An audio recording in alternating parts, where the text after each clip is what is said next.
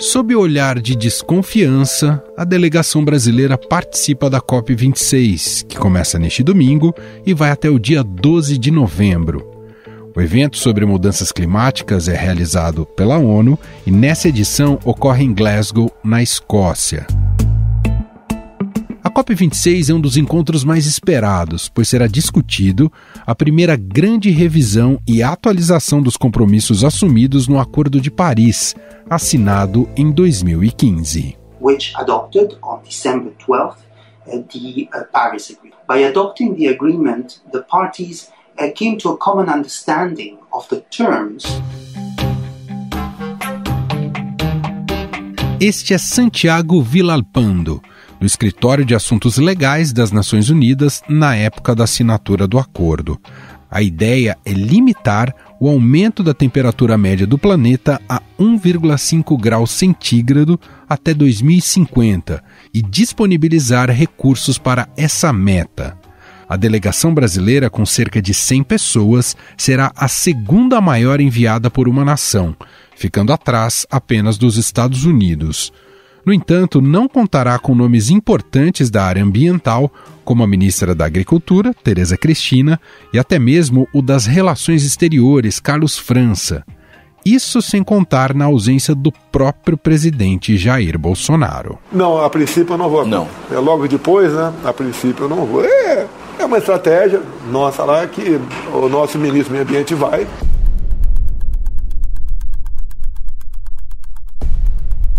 O chefe da delegação brasileira será o ministro do Meio Ambiente, Joaquim Leite. Além dele, estão confirmados também Bento Albuquerque, de Minas e Energia, Fábio Faria, das Comunicações, e o presidente do Banco Central, Roberto Campos Neto.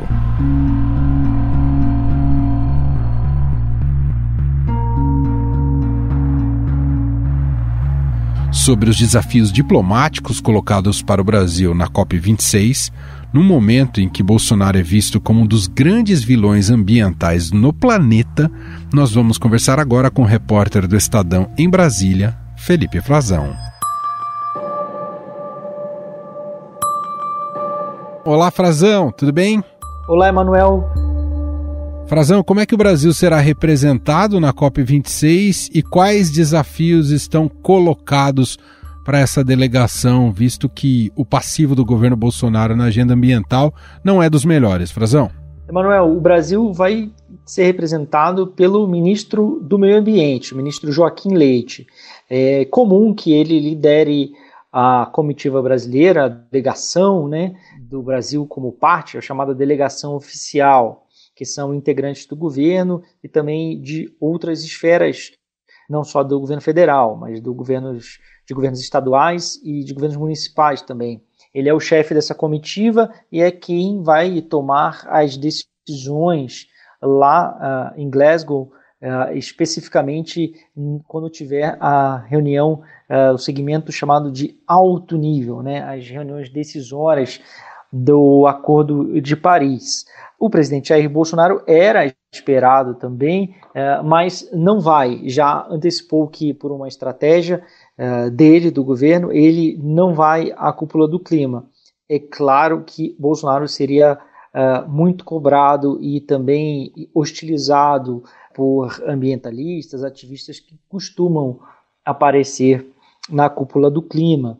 É comum que isso ocorra e Bolsonaro é tido como um vilão ambiental, como a gente sabe.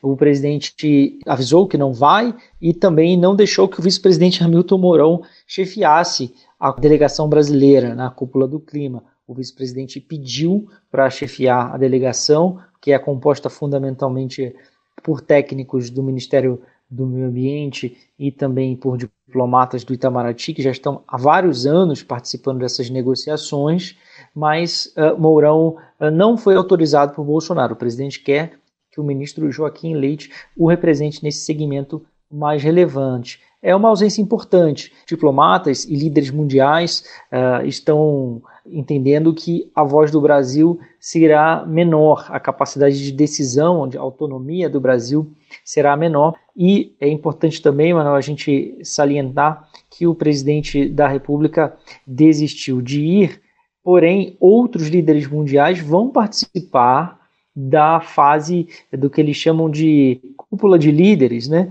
nos primeiros dias da semana que vem. Há uma outra esperança, né, e há uma cobrança muito grande sobre o governo brasileiro e sobre todos os governos para que eles ampliem as suas ambições climáticas, zerar o desmatamento ilegal, principalmente na Amazônia. Isso é considerado fundamental até 2030. Há esperança dos Estados Unidos, do governo americano, é que isso de fato ocorra. Eles acham que o Brasil está numa postura mais cooperativa, mais colaborativa, é o que o governo brasileiro vem pregando também, e por isso não há no cenário mais uma expectativa de punições, pelo menos por parte dos Estados Unidos, segundo algumas fontes que acompanham essas discussões relataram. Eu tive a oportunidade de conversar com uma delas essa semana, de que os Estados Unidos apliquem alguma sanção sobre o Brasil por causa do descontrole sobre o desmatamento, por causa das queimadas na Amazônia, como chegou-se a falar durante a campanha eleitoral lá nos Estados Unidos. Mas europeus estão fazendo um jogo mais duro, Emanuel. Eles esperam que o Brasil contribua mais, né, se comprometa mais e aumente seus esforços para a contenção do desmatamento. Os europeus não estão assim tão otimistas quanto os americanos em relação à postura do Brasil, e principalmente daí deve vir a pressão sobre o governo Jair Bolsonaro. Sempre importante lembrar que essa questão do clima barrou contribuições já de países europeus ao Fundo Amazônia e também tem atrapalhado bastante o deslanchar do acordo comercial entre o Mercosul e a União Europeia. Muito bem, Felipe Frazão, repórter do Estadão em Brasília, trazendo um pouco desse panorama e do que espera para a comitiva, do que será, né, os desafios que serão colocados para a comitiva brasileira na COP26. Obrigado, Frazão. Obrigado, Emanuel. Um grande abraço.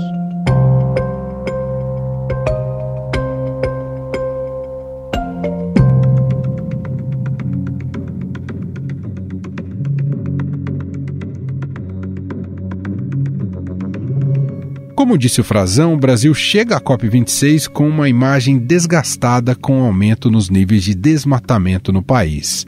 No mês de setembro, a Amazônia perdeu 1.200 quilômetros quadrados de vegetação. O desmatamento na Amazônia registrou o pior índice no mês de setembro em 10 anos. Segundo o Instituto Imazon, a floresta perdeu mais de 1.200 quilômetros quadrados, quase 40% disso no Pará.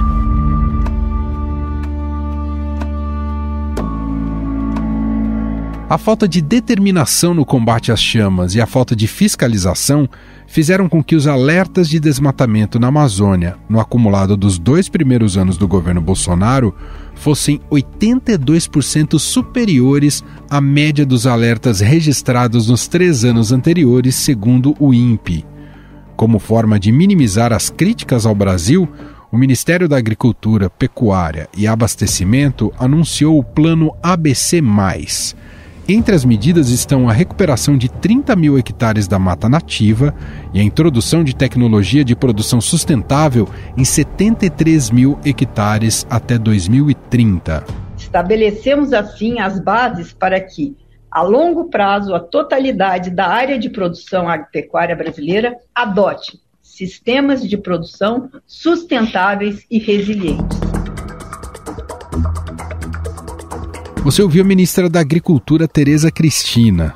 Além disso, o governo lançou, na segunda passada, um programa de crescimento verde para fomentar iniciativas sustentáveis.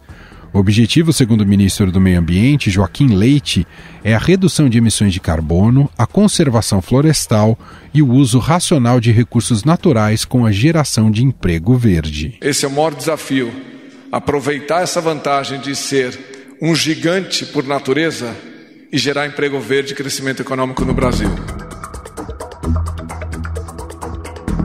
O Brasil apresentará formalmente na COP26 seu compromisso de adiantar de 2060 para 2050 sua meta de neutralidade de carbono ou zerar as emissões do gás.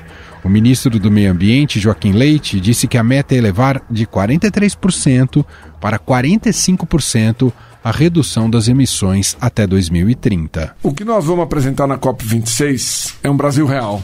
É um Brasil que faz, que protege o seu território, especialmente em 2 temas. Um é clima, que é emissões de gás de efeito estufa. Então, projetos que comprovem a redução dos gases de efeito estufa serão apresentados na COP. E florestas. O que significa isso? Projetos que protejam um território, especialmente a floresta nativa. Mesmo assim, espera-se que o Brasil seja pressionado pelos outros países e instituições para diminuir as taxas de desmatamento causadas pelo agronegócio, o que aumenta a emissão de gases na atmosfera, agravando o aquecimento global. Um estudo do IPCC da ONU afirmou que o problema avança cada vez mais rápido do que a estimativa dos cientistas, com as atividades humanas sendo a maior parcela de responsabilidade nessa situação. E para falar sobre os principais temas e debates que cercam a COP26, que começa na próxima semana, convidamos aqui para uma conversa o secretário executivo do Observatório do Clima, Márcio Astrini. Olá, Márcio, tudo bem? Oi, Manuel, tudo bom? Um grande abraço para você e muito obrigado pelo convite. Márcio, antes de falarmos sobre o papel do Brasil especificamente na COP26, queria te ouvir, em termos globais, o que está em jogo para essa conferência, Márcio? Olha, a conferência normalmente ela é dividida em 2 partes, né? Você tem a parte da feira política, que ali participam sociedade civil, empresas, e é onde você tem uma interação, uma troca muito grande de informações e de opiniões. E tem a parte de negociação em si, que é quando os países se encontram sob o regime da ONU, são 196 inscritos nessas conferências de clima, e eles vão debater basicamente como reduzir emissões no mundo para evitar uma catástrofe com o aquecimento do planeta. A meta que a gente tem acordado no Acordo de Paris é de manter o planeta abaixo de um aquecimento de 2 graus ou preferencialmente 1,5 graus. E a gente vem falhando miseravelmente em atingir essa meta. Os relatórios que saem dos cientistas da própria ONU nos mostram que o acúmulo desses gases que provocam o aquecimento do planeta continuam a todo vapor e nem mesmo as promessas que os países fazem, e veja, estamos falando de promessas, são suficientes. Se todas essas promessas fossem colocadas em prática, saíssem do papel, mesmo assim o planeta ia aquecer 2,7 graus. Quer dizer, nem de promessa estamos bem. Essas conferências tentam, vamos dizer, fazer essa conta de chegada, tirar essa diferença. Os países se encontram ali, vão combinando as regras do jogo, o que cada um vai contribuir para que a gente alcance os objetivos traçados e para que a gente haja de acordo com os alertas dos cientistas. Por enquanto ainda estamos muito atrás do que precisa ser feito. Nessa dinâmica de negociação global, a China continua sendo o maior ponto de atenção, Márcio? A China é o maior ponto de atenção porque é o maior poluidor atual do planeta. Os Estados Unidos é o segundo maior. Historicamente, os americanos foram os que mais contribuíram para o problema, mas foram ultrapassados pela China, né? Na atualidade é a que mais contribui. Só para a gente ter uma ideia, se juntar China e Estados Unidos, os dois juntos representam quase 40% das emissões totais do planeta hoje. Aí depois nós temos outros países, Rússia, Índia e o Brasil, que ocupa a 6ª colocação. O fato é que, sendo grandes poluidores ou outros poluidores que vêm atrás de China e Estados Unidos, todos esses países têm falhado em entregar o que é necessário. Ô Márcio, a pandemia de alguma forma também deveria servir de alerta para a necessidade de metas mais ambiciosas? Olha, a pandemia ela é um ótimo parâmetro para a gente ver como se comportam os países quando se tem uma emergência que é global. Né? A gente fala de emergência climática, crise do clima, mas a pandemia foi uma crise sanitária, onde foi colocado em teste esse espírito de cooperação global, e a pandemia também nos mostrou quem mais sofre quando essas crises se instalam em escala planetária. A cooperação a gente viu que foi uma falha muito grande, né? Existem falhas muito grandes nessa divisão que os países praticaram com a chegada das soluções, que é a vacina para a pandemia. Nós temos países que estão aí aplicando segunda, terceira dose já nas suas populações, países ricos que estão com quase todo mundo imunizado e países pobres, notadamente os países africanos, alguns deles com apenas 2% da população vacinada. Essa cooperação entre países, ela é extremamente necessária para que se resolva o problema do clima, porque nem todo mundo, por exemplo, tem dinheiro para trocar a sua matriz energética poluente, você precisa de investimento. Se o dinheiro for distribuído desses investimentos para troca de matriz energética, do mesmo jeito que as vacinas foram distribuídas no mundo, nós podemos nos preocupar muito mais do que o que a gente já está com a questão climática. E um outro ponto, Manuel, se você me permite, claro, importante para essa questão da vacina, é que a gente viu que o vírus, ele pode atingir a todo mundo no planeta, mas algumas pessoas, quando infectadas, sofrem muito mais do que outras. É a mesma coisa com as mudanças climáticas. Aqueles que na pandemia tiveram acesso a melhores hospitais, remédios, um bom cuidado, prevenção, têm acesso à higiene, como evitar o contágio, esses daí obviamente estão menos expostos tanto ao vírus e correm menos risco de vida. Já aqueles que não têm nada disso ficam mais suscetíveis e correm mais risco de serem infectados. Para as mudanças climáticas é a mesma coisa. Quem tem dinheiro vai conseguir se adaptar, tem como melhorar a sua capacidade de sobrevivência numa crise climática. Os países pobres, populações mais pobres, esses daí não têm a mesma sorte. Na COP26, será uma frente de negociação e de debate, será a questão de como justamente financiar e engajar as nações mais pobres em compromissos climáticos, Márcio? Temos muitos desses debates envolvendo dinheiro. O primeiro deles é um fundo de 100 bilhões de dólares, é um fundo anual, são 100 bilhões anualmente, que é para que se invista principalmente em países em desenvolvimento, como é o caso do Brasil, mas também outros países, México, África do Sul, por exemplo, que são países poluentes e que são países que têm dificuldade financeira para implementar ali mecanismos novos que baixem essas emissões ou essas poluições. Então, e esse dinheiro vem dos países ricos, né? Então, esse fundo é um fundo prometido há muito tempo, que ele nunca funciona, e isso, inclusive, é um dos motivos de estresse ali nas negociações entre os países. E nós temos uma outra discussão, também envolvendo dinheiro, que é a discussão de perdas e danos, que são aqueles países que são pobres, que não tem nem muito que mexer ali nas suas emissões, porque emitem muito pouco, mas são países que vão sofrer consequências terríveis com o avanço do aquecimento global. Existem situações, inclusive, Emanuel, de países-ilha que vão desaparecer. Se a gente tiver uma elevação de temperatura num certo nível, 3, 4 graus, nós vamos ter elevação do nível do mar e esses países vão ser engolidos, né? Os países-ilha vão ser engolidos pelo mar. Como fazer com a população desses países? Quer dizer, eles vão deixar de existir. Então, são realmente questões novas, né? Já tem uma boa parte da população hoje que não tem acesso a comida, saneamento, a água. Com um planeta mais hostil, essas questões vão ser todas agravadas. As diferenças sociais, as desigualdades sociais tendem com o aquecimento do planeta a serem muito mais agravadas. Márcio, qual que é o papel do Reino Unido como anfitrião? Olha, todo país anfitrião, ele quer primeiro ter o símbolo de sucesso na conferência que está hospedando. Então, é natural a gente ver, e principalmente quando o anfitrião é um país desenvolvido, eles destacarem uma tropa, mesmo um grupo ali de embaixadores e de ministros para percorrerem antes da conferência vários outros países e verificar o que esses países querem da negociação, qual é o ponto de vista deles, o que eles podem oferecer dentro da conferência.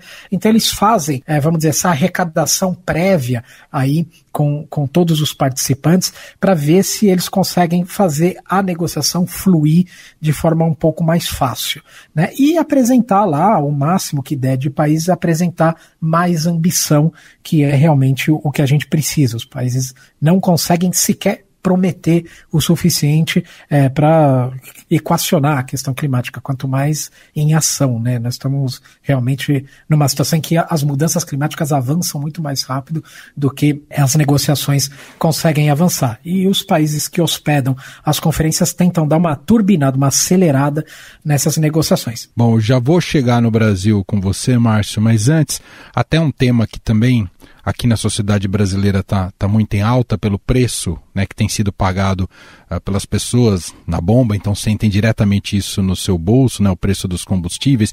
É um tema latente na questão das mudanças climáticas, né, a diminuição do uso de combustíveis fósseis. Essa é uma realidade que começa a se tornar cada vez mais palpável ou tem muito a ser percorrido nesse sentido, Márcio? Tem muito a ser percorrido, mas ao mesmo tempo está se tornando uma realidade cada vez mais presente.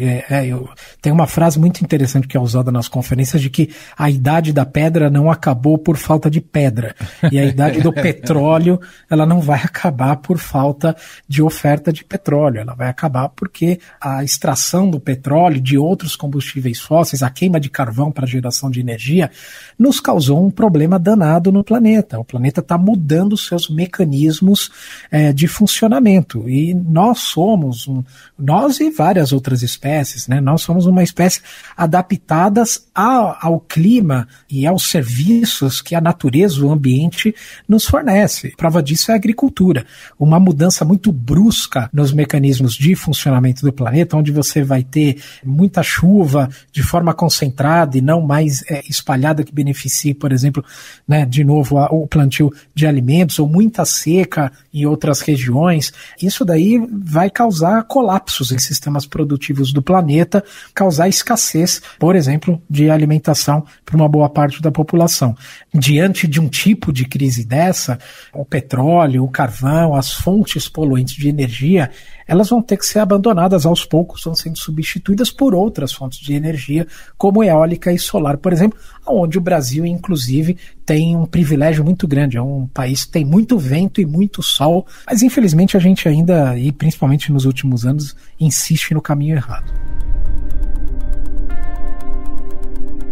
Bom, vamos entrar aqui então agora no capítulo Brasil, diante do que tem representado o governo de Jair Bolsonaro em relação ao meio ambiente. Como é que chega esse Brasil para a COP26, Márcio, e se restou alguma chance de protagonismo positivo? Eu costumo dizer que é muito importante a gente separar este governo do Brasil, porque esse governo não faz jus ao Brasil. Esse governo é pequeno demais para o tamanho do nosso país. O Brasil, na área ambiental, ele teve excelentes momentos. O Brasil hospedou a Rio 92, que foi um berçário ali, um início das discussões sobre clima. O Brasil teve momentos fundamentais de contribuição, seja pela diplomacia ou por ações práticas mesmo. O Brasil chegou a diminuir o desmatamento da Amazônia entre 2004 e 2012 em mais de 80%. E esse tipo de ação prática injeta ânimo para dentro das negociações, cria esperança, né, cria o ambiente de que se precisa andar para frente, que é tão necessário para se ter os acordos e as ações.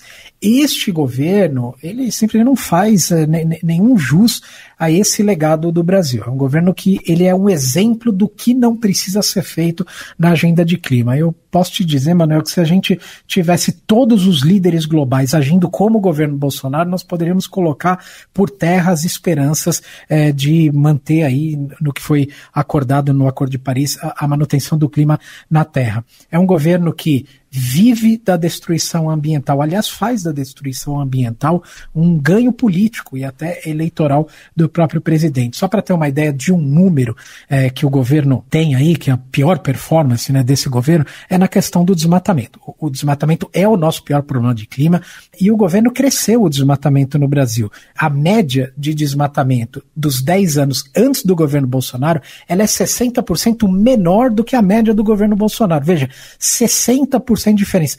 Não existe nada que explique 60% de aumento do desmatamento, a não ser um governo que quer muito destruir a floresta.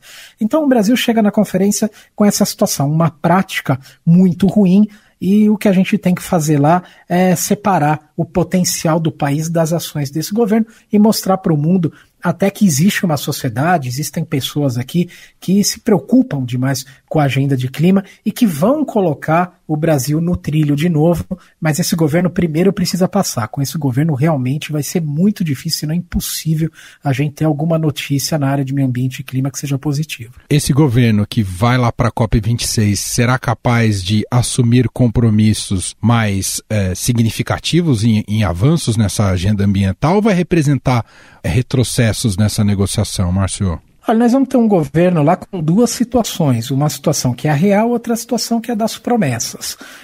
A situação real é um governo que paralisou cobrança de multas ambientais, subiu o desmatamento, bate recordes em incêndios florestais, as emissões do Brasil subiram por 2 anos consecutivos, paralisou o uso do Fundo Amazônia, diminuiu o orçamento para meio ambiente, e nós podemos falar aqui durante horas sobre os retrocessos, porque eles acontecem às centenas, não são às dezenas, são às centenas. Quase todo dia o governo toma uma medida contra o meio ambiente. A outra coisa é o que o governo vai falar na conferência. Então o que ele faz é muito ruim. O que ele vai falar na conferência realmente causa pouco efeito. O governo ele pode prometer o que ele quiser, ele pode prometer que ele vai acabar com o desmatamento, que ele vai melhorar as metas, que o Brasil vai cuidar das suas florestas, que o Brasil vai fazer e acontecer. Ninguém mais acredita no governo brasileiro, porque é um governo que fala uma coisa, mas entrega absolutamente o contrário.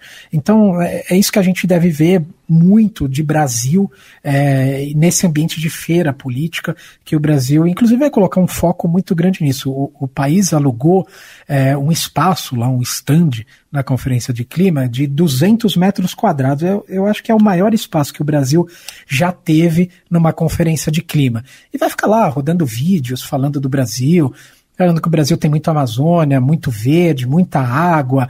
E é verdade, o Brasil tem muita Amazônia, muito verde, muita água. A discussão é o que esse governo está fazendo com esse muito verde, muita água que o Brasil tem. Esse governo está acabando com tudo isso, com sistemas de proteção. Na conferência de clima, Emanuel, não importa quantos metros quadrados tem um stand. Para o Brasil, o que importa é quantos quilômetros quadrados de redução do desmatamento o Brasil vai apresentar lá. E nesse segundo item aí, as notícias são, infelizmente, muito ruins e são protagonizadas pelo governo. Mas, para a gente finalizar, queria te pedir um exercício de opostos, de um diapasão com relação à expectativa da COP26. Qual seria o melhor dos cenários em termos de acordos para a finalização da COP26 e qual seria o pior dos cenários? É possível pensar esses dois extremos aí, pensando como expectativa para a conferência? Eu acho que é possível. A gente vai construir muito dessa expectativa, assim, né, e o quanto que ela pode se tornar real lá na conferência. Mas eu posso te dizer que nós temos itens extremamente importantes, como, por exemplo, o financiamento. Esse valor de 100 bilhões por ano dos países ricos para os países em desenvolvimento, ele é fundamental, não apenas pelo que ele pode proporcionar de avanço na agenda, mas porque se ele não acontecer, isso cria um ambiente muito tumultuado. Países em desenvolvimento dizem que os países ricos não têm interesse em resolver o problema porque não colocam o dinheiro em cima da mesa e a discussão fica sem fim, nesse círculo sem fim de cadê o dinheiro para eu ter compromisso? Não, você primeiro me apresenta o compromisso, depois eu mostro o dinheiro e o clima vai continuando esquentar no planeta. Então, financiamento, os mercados de compensação, eles são itens extremamente importantes. Eles vão acontecer, não vão acontecer, de que forma vão acontecer, é fundamental. Mas o principal de tudo é a gente ter lá demonstrações claras de aumento de ambição, das promessas dos países. Não adianta nada a gente ter 1 milhão de mecanismos lindos e bonitos e todos funcionando, se esses mecanismos vão servir para implementar promessas que são fracas e insuficientes. A Conferência de Clima é um momento na agenda de clima, mas o principal da agenda de clima se dá todo dia nos países, nas escolhas de não financiar carvão, de não abrir uma nova termoelétrica, de não alimentar o desmatamento. Vamos dizer, bons compromissos, bons entendimentos e principalmente aumento de ambição seria um bom cenário aí para a gente terminar a COP e, claro, sem vítimas da Covid, né? Porque nós temos uma COP ainda no meio da pandemia, então sem que os negociadores e a Covid atrapalhem o cenário. O pior cenário é a gente não ter nada disso. Né? É a gente não ter avanço nenhum, é a gente ter promessas absolutamente vazias, é a gente não ter o dinheiro em cima da mesa e principalmente esses grandes atores, China, Estados Unidos e União Europeia, sem assumir os seus papéis de liderança. A gente precisa muito deles na liderança. Se eles se encolherem, a agenda se encolhe junto com eles. Do Brasil, eu acho que o melhor que a gente pode esperar é que esse governo não atrapalhe. Se esse governo não atrapalhar as negociações, não atrapalhar a agenda de clima, já está bom demais. Eu acho que é o máximo que esse governo pode fazer. Nem acho que o mundo espera muito mais do que isso do Bolsonaro e do atual governo brasileiro. É isso, começa nessa próxima semana a COP26, vamos acompanhar aqui de perto. O Estadão vai estar inclusive com um repórter lá. Você vai estar lá também, né, Márcio? Vou estar lá também, Manuel. Vou estar lá e vou estar à disposição. Sempre que você quiser bater um papo, é só me chamar. Perfeito. Márcio Astrini, secretário executivo do Observatório do Clima. Muito obrigado aqui por essa conversa, pelos esclarecimentos. Um abraço, Márcio. Eu que agradeço. Um abraço para você e para todos que nos ouvem. Estadão Notícias. E este foi o Estadão Notícias de hoje, sexta-feira, 29 de outubro de 2021. A apresentação foi minha, Emanuel Bonfim. Na produção, edição e roteiro, Gustavo Lopes, Jefferson Perleberg, Ana Paula Niederauer e Gustavo Lustosa. A montagem é de Moacir Biasi e o diretor de jornalismo do Grupo Estado, João Fábio Caminoto. O nosso e-mail para se comunicar com a nossa equipe, podcast@estadão.com. Um abraço para você, um ótimo fim de semana e até mais.